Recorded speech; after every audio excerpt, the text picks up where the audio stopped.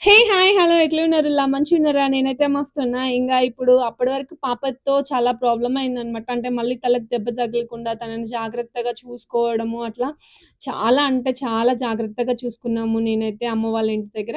అట్లా మంచిగా దేవుడి దయ వల్ల నా బిడ్డకి చాలా తొందరగా క్యూర్ అయిపోయింది. మెడిసిన్స్ కూడా మేము టైమ్ టు టైమ్ ఇచ్చి అట్లా చూసుకున్నామనమాట. క్యూర్ అయిపోయిన తర్వాత నెక్స్ట్ ఎట్లాగో క్యూర్ అయిపోయింది గదా! అనేసి నేను మళ్ళీ మా అత్తయ్య వాళ్ళ ఇంటికైతే వచ్చేసాను. మేమొచ్చిన తర్వాత ఒక 10 డేస్‌కనుకుంటా మా ఆయన గూడా చుట్టి నుంచి వచ్చారనమాట సమ్మర్‌లో.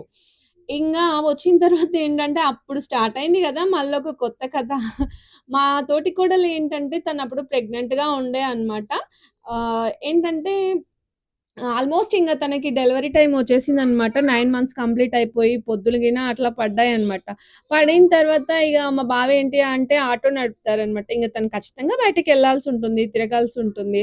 అట్లా ఎవరి ద్వారా తనకి వచ్చిందో తెలీదు కానీ తనకైతే కరోనా పాజిటివ్ వచ్చిందండి బాబు. అంటే అది ఫస్ట్ తెలియలేదనమాట. ఆయన 2, 3 రోజులు ఫీవరొచ్చి ఇట్లా దగ్గు, జలుబు ఉంటే నార్మల్‌గా వస్తది గదా! అనుకోని ఆయనే నెగ్లెక్ట్ జేషిండనమాట.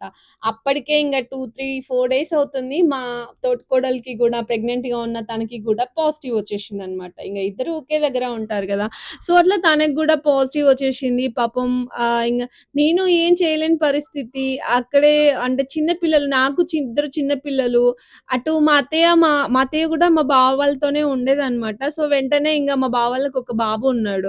తను 8 ఇయర్స్ అనుకుంటా. సో, తను, మా అత్తయ్య ఇద్దరు కలిసి వెంటనే వీళ్ళకి పాజిటివ్ రాగానే వాళ్ళు కూడా చకచకా వెళ్ళేసి ఇంకా టెస్ట్ అయితే చేపించుకున్నారనమాట.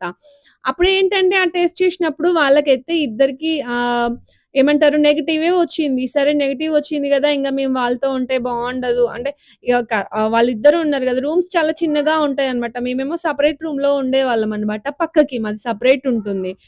అట్లా మేము పక్కకు ఉండడం వల్ల మా అత్తయ్య ఏం జేశారంటే సరే అనేసి పాజిటివ్ మనకి నెగెటివ్ ఉంది గదా! అనేసి మా బావ వాళ్ళ బాబుని తీసుకొనొచ్చేసి మాతో పాటు ఉండడం స్టార్ట్ చేశారనమాట. అట్లా ఒక 3, 4 డేస్ గడిచాయి. అప్పటికే మా తోటికోడలికి పెయిన్స్ కూడా స్టార్ట్ అయ్యాయన్నమాట. అక్కడ మంచిర్యాలలో అడిగితే ఏ హాస్పిటల్‌లో అడిగినా సరే తనని పాపం ఏంటంటే డెలివరీ చేయడానికి ఏ డాక్టర్ ఒప్పుకోలేదన్నమాట. హుటాహుటిన తననైతే హైదరాబాద్‌కి తీసుకెళ్లారు. ఒక తెలిసిన మామయ్య పాపం మాకు బంధువు కాదు కానీ ఆప్తుడనమాట. ఏ కష్టం వచ్చినా ఆదుకునేవాడు. అట్లా మామయ్య హైదరాబాద్‌లో ఒక తెలిసిన హాస్పిటల్‌లో ఏమంటారు తను అక్కడున్న డాక్టర్స్‌తో మాట్లాడి అక్కడైతే డెలివరీ అయితే చేసేలాగా ఆ మామయ్య అయితే మాకు హెల్ప్ చేశారనమాట. అక్కడికెళ్ళిన తర్వాత ఏంటి అంటే పాపం తను వెళ్ళేటప్పుడు చాలా అంటే చాలా బాధగా